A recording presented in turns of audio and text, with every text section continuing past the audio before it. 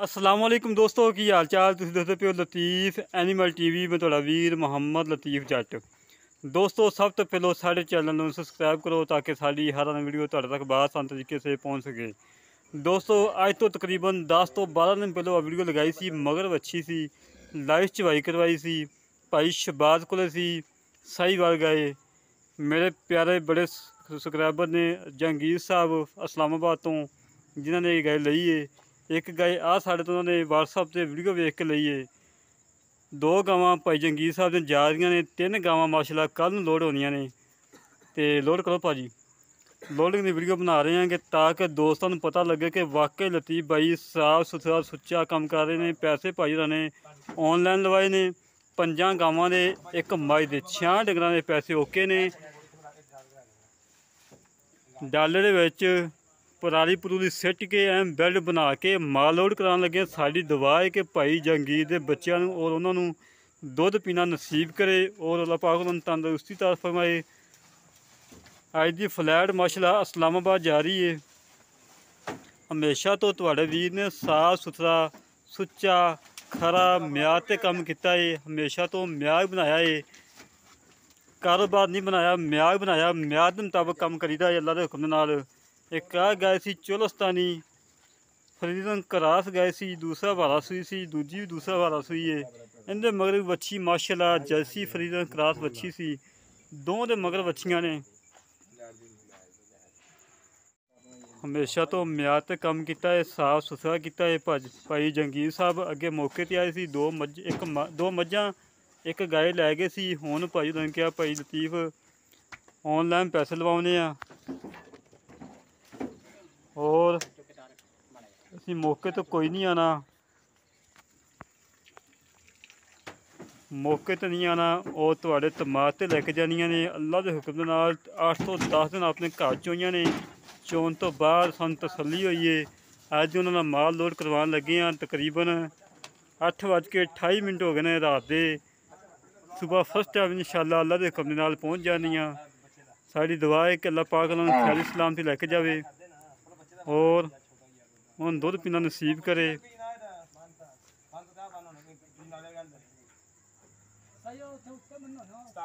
माशाल्लाह जी बड़ी प्यारी वैड़ सी। बड़े मेरे दोस्त नाराज होए। इस वैड़ का मुल किया 2,65,000। 2 दोस्त 3 दोस्त ने, एक इटली एक स्पेन एक जर्मन। 3 दोस्तों ने कहा लतीफ़ भाई जिन्नी तुसीं डिमांड की उस डिमांड से सूँ गां दे दो। भाई जहांगीर तरीन नाल ज़बान हो गई सी। ज़बान जो हो जाती चीज़ की चीज़ उन्होंने दई दी है, भावें कोई 50,000 वध दे, भावें कोई सक्का भाई हो तो भी उन्हें चीज़ नहीं दई दी। जिन्हें ज़बान हो जाए उन्हें चीज़ दई दी हमेशा तो।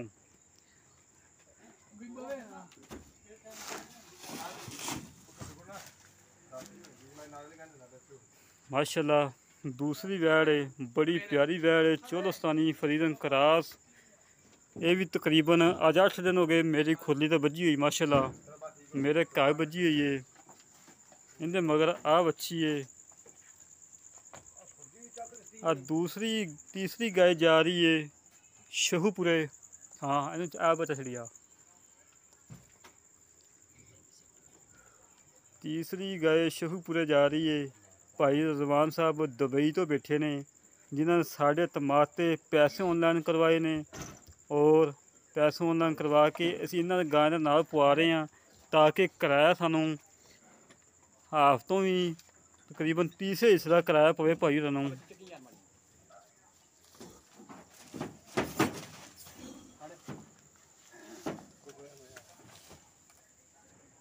माशाल्लाह साडी दुआ है अल्लाह पाक पा जहांगीर साहब नूं दुध पीना नसीब करे।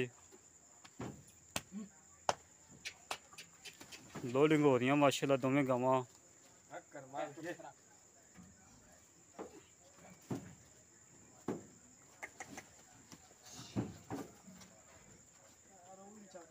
माशाल्लाह भाजी बुलावा मार लो इत्थे।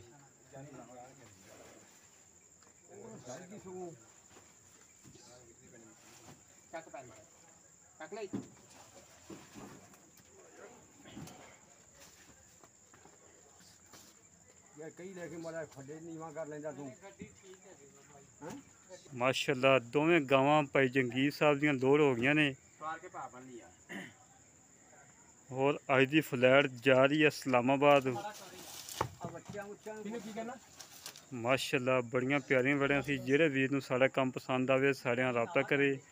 0308 65 30 668 0308 65 30 668 ਇਹ ਕਾਲ ਨੰਬਰ ਹੈ, ਇਹ WhatsApp ਨੰਬਰ ਹੈ। ਹਮੇਸ਼ਾ ਤੋਂ ਜਿਹੜੇ ਵੀਰ ਨੇ ਅੱਛੀ ਗਾय ਖਰੀਦਣੀ ਹੋਵੇ, ਅੱਛੀ ਬੈਸ ਖਰੀਦਣੀ ਹੋਵੇ ਸਾਡੇ ਨਾਲ ਰਾਬਤਾ ਕਰ ਸਕਦਾ ਹੈ।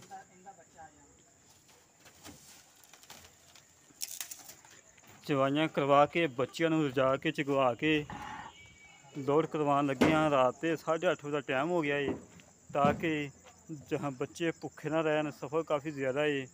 ਮਾਸ਼ਾਅੱਲਾ ਤੁਹਾਡੇ ਵੀਰ ਨੇ ਸਾਫ ਸੁਥਰਾ ਕੰਮ ਕੀਤਾ ਹੈ, ਮਿਆਰ 'ਤੇ ਕੀਤਾ ਹੈ।